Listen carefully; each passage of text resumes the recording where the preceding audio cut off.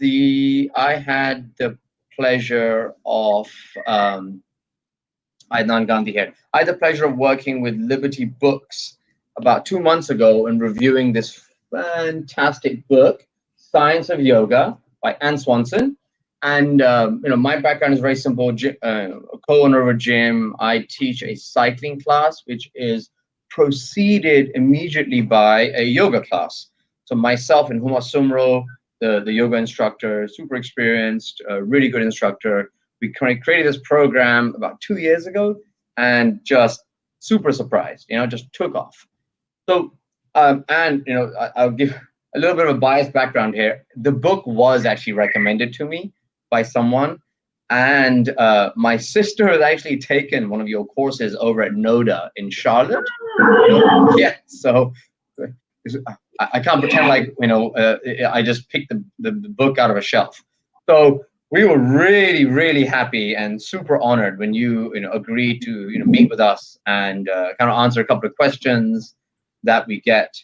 Real quick, I'm gonna take the opinion where over here we're exposed to with COVID as well. A lot of outdoor activity is now picked up, right? But before this, I'm part of a group that's also done the Istanbul Marathon, Dubai Marathon multiple times. We've just done 2 half Ironman, 70.3 in Dubai as well. There's a sports agency, Sports in Pakistan, which really helps put this stuff together and promote it. So part of what I personally am a big advocate of is yoga has to be part of the equation. Absolutely does, right? And you're gonna hate me for saying this, right? So after I say this, I won't say it again. There is this whole conception that it's just stretching. It's just stretching and maybe it helps your flexibility, right? People I see at 6 o'clock in the morning, 6 days a week, sometimes 7 days a week for 4 or 5 months in a row, still have this belief, right? They'll wake up at 4 o'clock in the morning to knock out a crazy workout, but so that belief is there. But the belief that the benefits from strength, from recovery, minimization, from, I won't use the word repair, but let's just say from the minimization that you can actually go on and train harder. Why have a long recovery when you can have a faster recovery? That whole concept is something that it's frustrating, but it's still not sold yet. So I was super happy to. The part of this book that I love is this whole biomechanic aspect. The you can see what's happening to your body as the moves go on. So without further ado, I'm going to start with a couple of questions. One of the first questions I had was, when I read it, were you surprised as you wrote it, about some of the changes that are happening in the body? Yeah, so first of all, I wanted to comment on what you said before about the recovery aspect. I think that yoga is a great complement to any sport or activity that you do because it helps you find more balance. So we're balancing out our muscles and also our mind. I know you run marathons, and people that cycle really love it because it gets you in the zone. Yeah. And that's what yoga teaches you to do at an even higher level, is to get you into that focused zone. So what I was most surprised about in my book, Science of Yoga, when doing research, well, really over the last decade of doing research to contribute to this book, was that the other systems of the body, like neurological as well as muscles, are just as important. So I talk a lot about the brain here, a lot about how yoga affects your immunity, your heart, overall cardiovascular health. So I think that the fact that yoga isn't just about the movements in your muscles and bones, but it affects all the systems of your body, and especially the master control system, your nervous system. And when your nervous system is affected, it has a trickle-down effect and is the most effective way to get to the maximum health benefits for all your organs, all your systems. So that was the most surprising thing. And then physiologically, like my book, in addition to going into each of the systems, it goes through some of the key poses. And I know that was a part that you really appreciated and people really love doing, because when you look at the book and you see the pose and you see what muscles are most likely engaging, what muscles are most likely contracting, you can see what's inside your body, you can feel it at a whole new level. You have this new mind-body awareness, and you can bring that into your running, into your cycling, into whatever sport you do, to make it more interesting, to be more focused, to have more benefits by focusing in on your body. Yeah, my yoga instructor or yogi is going to hate me for saying this, right? So Huma, I apologize ahead of time, but we'll be in this class and there'll be 20 or let's say 30 of us, and she'll do a move, and it's this perfect utopian head between the knees type thing going on, and most of the people look around and they're like, what that?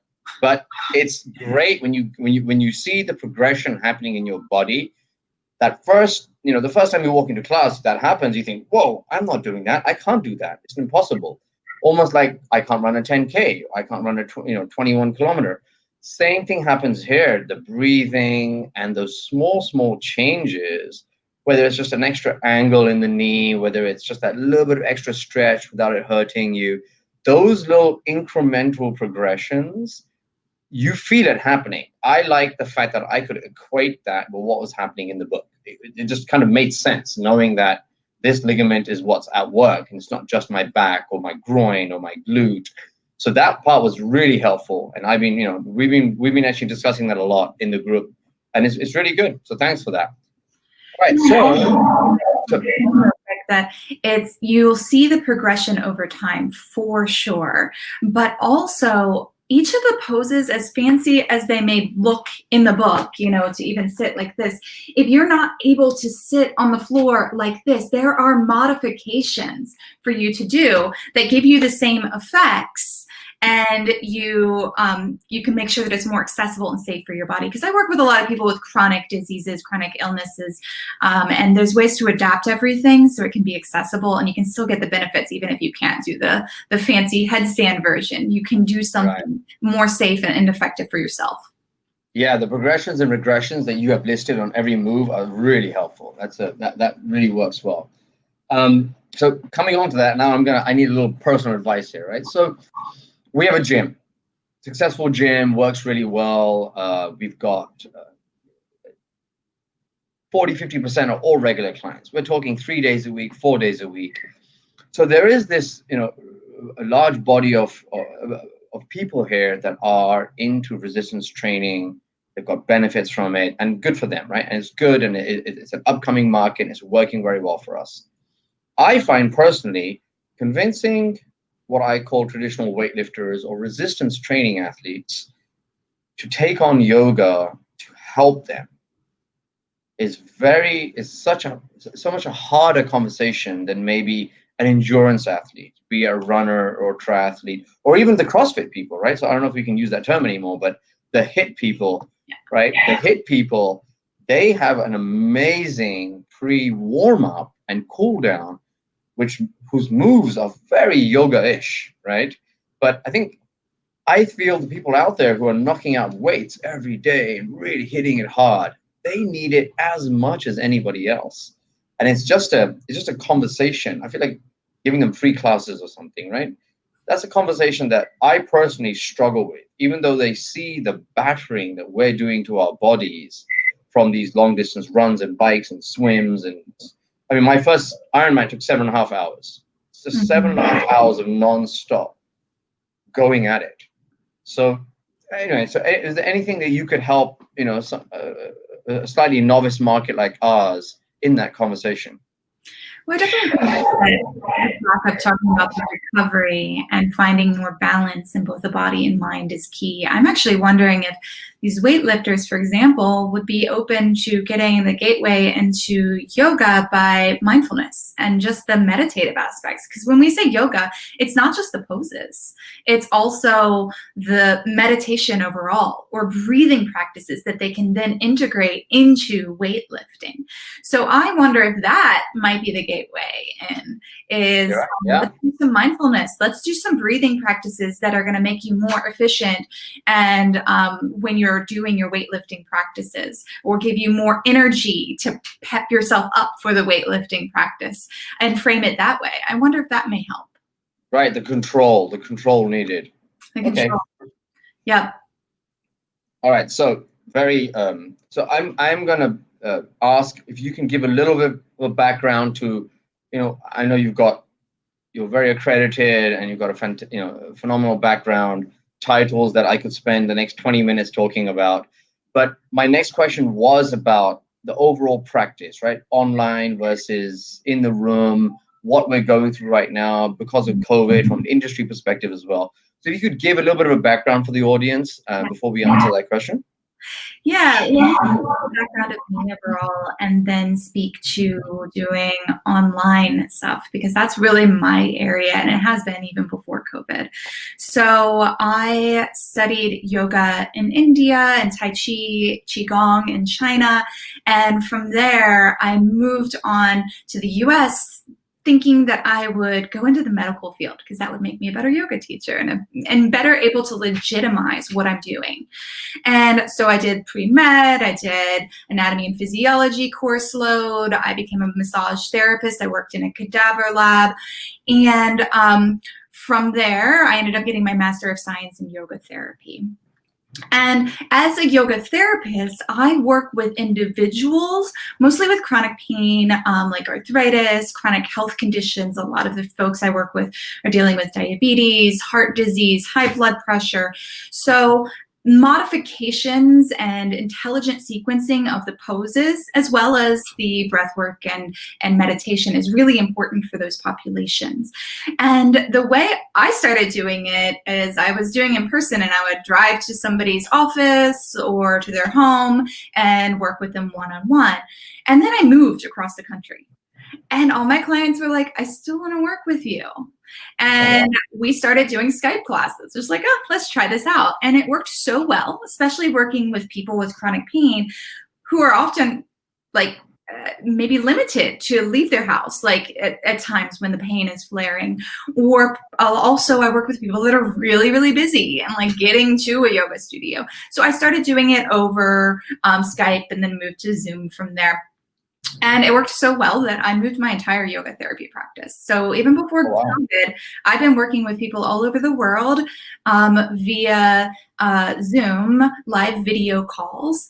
And it's just been very successful. I mean, there's definitely things that I had to change for that format to be successful, but I feel like I gotten it down, and I've trained quite a few yoga teachers now on how to do it effectively. So that's something I also offer, is mentorship for yoga teachers on how to do it in that form.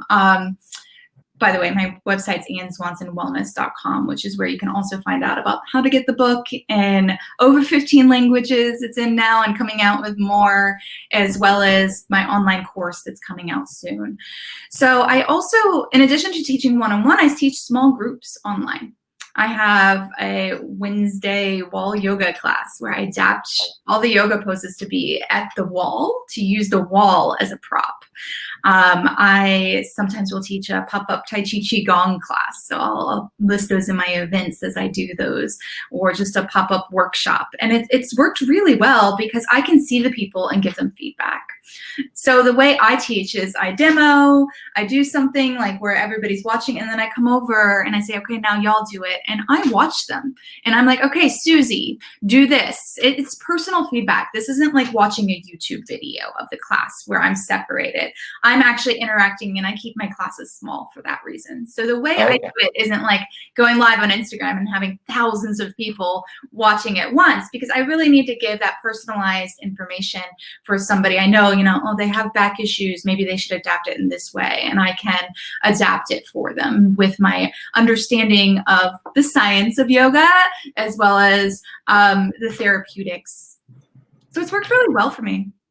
So would that be something that, for instance, we have some up and coming yoga instructors over here, maybe haven't taken that next step of going online. Would that be something that we could encourage them to do? Is maybe sign up for one of your seminars or one of your classes to at least maybe learn, if not understand how to correlate what they do, what's happening right now, because it's a tough environment right now. translating what they're doing. Yeah, on my website, I actually have a guide for yoga teachers. It's I'm trying to remember, like it's actually the banner on my website right now. So if you go to my website, it's right at the top, and it's a guide on how to teach virtual yoga safely and effectively, and it has some key tips in it.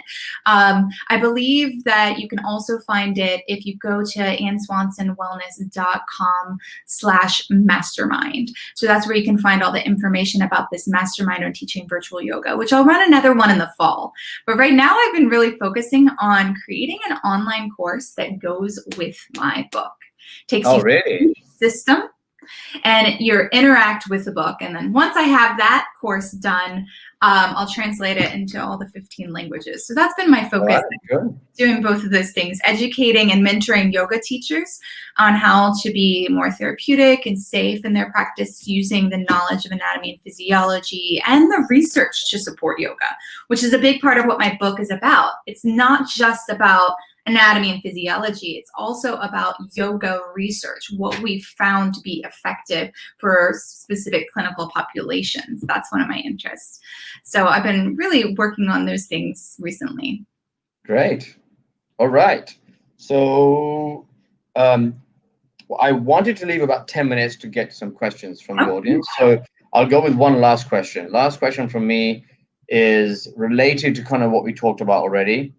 There is this, let's just say, some consensus. I think there is a lot of debate on this, but so I'm going to just, from a neutral perspective, raise this question. We as runners, for instance, or even these weightlifters, right? I mean, some of these CrossFit injuries are phenomenal. Degradation of the joints, right? The joints just take a hit. It's the number one question. So I'm 43, been running marathons since I was 20, then did 4 years of collegiate soccer before that. So my joints have taken a hit, right? And I can tell you, knock on wood, I've only ever had one issue. There's only ever been 1 year where I haven't been able to run, and that was because I wore bad shoes. Very simple, right? Did a sub 3:30 Chicago marathon in a certain company's very, very lightweight shoes. I won't mention the name, but it was just a terrible idea, and I paid the price. But through strength training and a pretty decent diet and a lot of just managed training, I haven't had injuries. So I can certainly say I've never experienced major joint issues. But when the training is not there, when the flexibility and strength training is not there, it hurts. And the emergence of yoga in my life in the past 2 years has certainly helped minimize injuries, or time off training is what I call it, right? And improved recovery. Now, we love yin yoga. Just a small example, right? Love yin yoga. I mean, so what Uma does in our cycle yoga combination, she rotates it every week, right? So after about 4 weeks, you've now done all of it. You've done a vinyasa, you've done a hatha, you've done a yin yang, you've done a yin. The yin is a sign-up sheet. It's like Wonka's chocolate factory. It's just everyone is waiting outside, hoping for it to come in. And maybe it's just something new to us, but there's this whole conception I've been reading that it helps your joints, and maybe the word repair is your joints. So I agree that the science doesn't back it up, but could you kind of shed some light on joint health, arthritic health when it comes to? Yes, you're in luck, because my specialty is yoga for arthritis. I teach a teacher training on that. And it's based off of evidence, research done at Johns Hopkins University. There was a 7-year clinical trial that showed that yoga was not only effective, but safe for people with arthritis. And what is really important is that yoga teaches you how to feel into your joints and into your body to know when there's something like red alert that you should stop. And I think a lot of athletes, that's where the injury happens, where they're ignoring the body and not feeling those red flags that are telling them to either stop or adjust. So yoga teaches you that aspect, as well as balancing you out, right? Like a lot of sports may leave you with one side of your body is different than the other, if you have something where you're swinging. So it's finding that more balance. So what's really key for your safety when you're doing a yoga pose is that you do not feel the stretch or the pull in the actual joint. So a common place you'd feel that is in your knee. I'll feel like a little pull in my knee in a certain pose. Say I'm lying on my back and I have my like leg lifted up, and let's see if I can get it in here. My leg lifted up, I have a strap around it, and I feel it in the back of my knee or in the side of my knee. Not good. What I want to always do is whenever I feel it in my joints is to adjust so I don't anymore, which may mean bending my knee a little, may mean coming out of the pose a little. And what I'm trying to adjust for is to move the sensation to the belly of the muscle. And when I say belly of the muscle, it's like the center of the muscle, you know, like head. Yeah, right in the center here, not near the joint. That's where I want to feel the sensations. So that's really important because the joint structures don't heal very well. They don't have much blood flow. Like muscles, they work by tearing and healing. That's how you get stronger. That's how your muscles develop and change, is that they get these little micro tears in them and then blood gets rushed into them. Over the next few days, you may feel sore while it's happening because you're getting all those like white blood cells that are helping to heal and make it stronger. Now, when you have an injury in the joint, say you overstretch and the ligament stretches a little too much, then the joint itself doesn't have as much blood flow. So it's not able to heal as quickly or maybe not fully at all. Same with the cartilage in your joint. When the cartilage in your joint wears down, which is what we call arthritis, it doesn't have that same blood flow to be able to heal and regenerate. So when it wears down, it's worn down. It's chronic degenerative. It continues to wear down, but you can't stop it. As much as the supplements will tell you, we haven't found some miracle cure that's going to reverse arthritis. There's things that are experimental, like stem cells that have shown promise, but that's something you would work with your doctor. There's not something over the counter or a yoga pose I can give you to reverse your knee arthritis. What you can do is slow the progression of it, strengthen the muscles around the joints, find better alignment and awareness so that you're not doing things that make it worse. So that's what yoga teaches you, is how to slow the progression, or even you can slow it to a halt so that you don't continue to get worse. And you can change, this is where the real magic happens, you change the way your brain perceives pain. Right. Pain Absolutely. is not the amount of damage at the joint. Pain is what your brain is perceiving about it. And yoga works at the brain level and the neurological level. Through the mindfulness, whether it be from meditation or the mindful movement, you are building gray matter in key areas of your brain that are associated with focus, cognition, emotional regulation.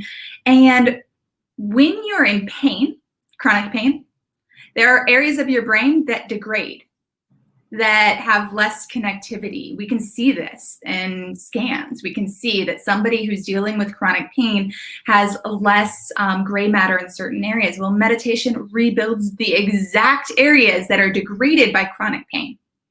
So it's finding that balance. It's also just helping you with the pain. One other point, although I could go on forever about how to be safe for your joints, is another reason you don't want to feel that stretch in your joints specifically is ligaments and tendons are made of, I'm looking around to see pens, they're made of collagen fibers, and collagen fibers are like plastic. They don't pull. They don't pull. You can't stretch it. It's not like elastic fibers. So if you pull them just like plastic, say I got it hot enough in here that I was able to pull these, they don't come back. Oh. So you're losing the stability at your joints. Oh, wow. Yeah. There's very little elasticity in most ligaments compared to, there's more elastic fibers in other tissues that can be, pulled and come back.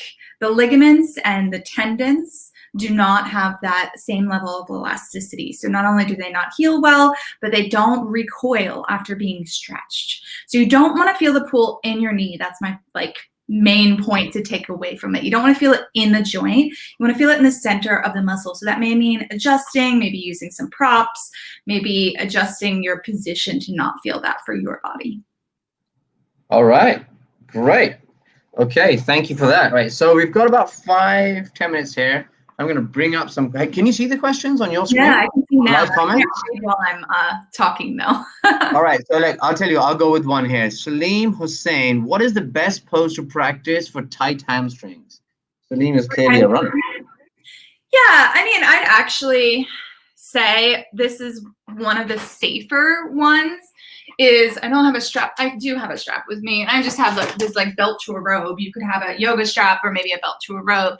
It's lying on your back and lifting the leg up. Put the strap around it, and like I said, adjust so that if I came straight here, I feel it in the back of my knee. So I'm going to either come out of it a little bit or slightly bend my knee so that I feel it in the belly of the muscle. And then you want to hold here for the research shows at least 30 seconds.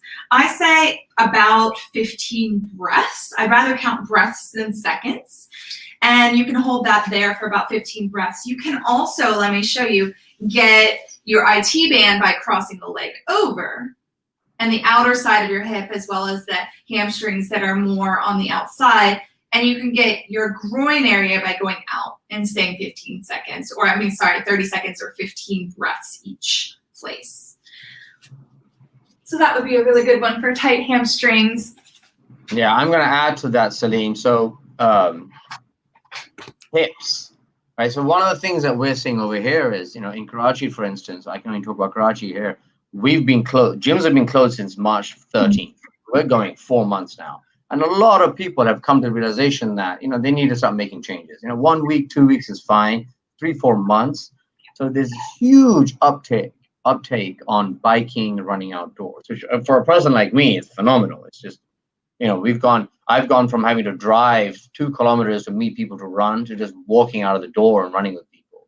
So with that in mind, I and our group constantly get asked, wow, it started, the pain has started, the back has started, the hips have started, because you are in a certain pain, right? With only frontal, and some of these people that take it on, they could be in their 20s and they could just be good natural runners because of their weight. Suddenly they're bringing on all this extra joint pain. So I think when it comes to hamstrings and hips and knees, these are all, I think, moves that would be really beneficial to them. All right, so we've got... Let me add that. So if you've been running and biking, a really good thing you could do is afterwards, I'll show you the version on the chair first. So imagine you saw like a fence or something you could grab onto, So you could even do yoga, like just grab on the fence or the bar and come down to a downward facing dog there. Let me come back a little bit so you can see me better. So you come down to a downward facing dog. Then for biking and running, a really great counter stretch is a lunge. Because then you're getting your psoas of the back leg. And so that would be a really good one. Once again, staying like about 10 to 15 breaths if you can. All right, that's good. Hope all you bikers and runners are watching. It's not just me that's saying it. So we've got Afshan Hussain. She's actually dialed in from the UK for this. So she has got, she's got a history of some slip discs, sciatica. So I think, she's saying that she does feel the benefits there from yoga. Yeah, really helpful for those things for sure.